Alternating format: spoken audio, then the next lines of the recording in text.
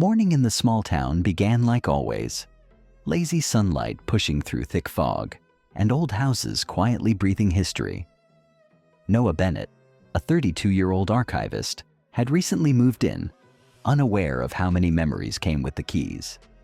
He didn't believe in the supernatural, but in his first week, he noticed the floorboards creaking even when he stood still. He liked silence. It asked no questions and demanded no answers. But on this day, the mailbox chose to speak first. Inside the mailbox lay a solitary envelope. It was thick, yellowed, with a rough texture and a slightly scorched edge, as if it had survived a fire. There was no stamp, no address, no postmark, just a name written in charcoal or very old ink. Harry Mason. Noah didn't know anyone named Harry. Still, he took the letter inside, feeling a quiet, inexplicable unease stirring in his chest. The letter began, "If you're reading this, it means you've come back. And I still hear you at night." The handwriting was feminine, uneven, as if written in haste or fear. What followed were descriptions of strange sounds, footsteps, a chill in the nursery. "You said you'd step out just for a minute, but you never came back. And yet, I think you never truly left this house. Not alive, not dead." Noah read the letter over and over, each time feeling more certain that it wasn't meant for Harry, but for whoever was reading it now. Digging through the town archives, Noah found an old record. Harry Mason had indeed lived in this house in 1981. He vanished without a trace during a stormy night, and police closed the case as voluntary disappearance. His wife, Lorraine, remained in the house alone and died a year later. Something in those documents felt deliberately incomplete, as if everyone knew what happened, but no one dared to write it. Strangest of all, the official census listed the house as unoccupied until Noah moved in. On the back of the letter, between the lines, traces of other words emerged, as if the text had been written over something older.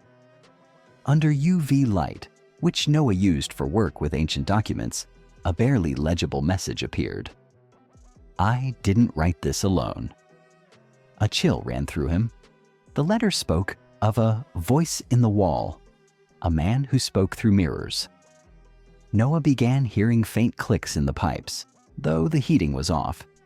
He didn't believe in ghosts, but for the first time in years, he felt someone in the house had been waiting for him just as long. Trying to understand more, Noah visited neighbors along the street. Most had lived here since childhood, but the name Harry Mason didn't spark a single memory. One elderly woman, Maggie, looked disturbed when she heard the question. She paused for a long time, then said, "I was a child, but I remember his wife always standing at the window. Always. Alone. And once, I saw her talking to a mirror." That same night, Maggie claimed she heard someone call her name from inside her closet. No one spoke to her again after that, as if the house itself encouraged people to step back and forget. By the 6th day after receiving the letter, the silence in the house became piercing. Every sound felt amplified. The ticking clock pounded in his temples. The creaking floorboards felt like they cracked inside his skull. Noah began to notice strange things.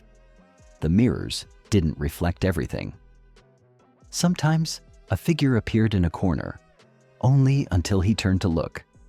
Once, passing the old mirror in the hallway, he saw the letter's paper lift gently, though all windows were shut. That night, he dreamed of a voice whispering, "You've opened what you never sealed." Noah decided to pull up the floorboards in the old pantry. Coincidentally, the one place where a low hum always emerged from the wall. Beneath the boards, he found a second letter, but this one was addressed to himself. The paper was fresh, the handwriting his. "You'll remember everything once you reach the end." He froze. This was impossible, but the letter described the events of the past 6 days, even his dream. At the end, it read, "You've been here before, but not as a man." He approached the mirror. Slowly, without looking away, he peered inside. The reflection was normal, except for one thing. The man in the mirror wasn't Noah. He looked older, had eyes Noah had never seen in his reflection, and on his shirt was a name tag. Harry. The thought struck like lightning. What if he is me? Not by blood, but by presence, by possession? All the letters, all the sounds, the woman from the letter? She was waiting for his return. Only he was not Noah. He was the one who left and never returned. Harry. And now he's back. The next morning, the postman saw black smoke rising from the chimney, as if something important was being burned. No one opened the door when he knocked. A day later, the house was empty again. On the table lay only a charred letter and a mirror turned to face the wall. On the wall's corner was a fresh inscription, "Don't let him out again." The house was waiting for the next.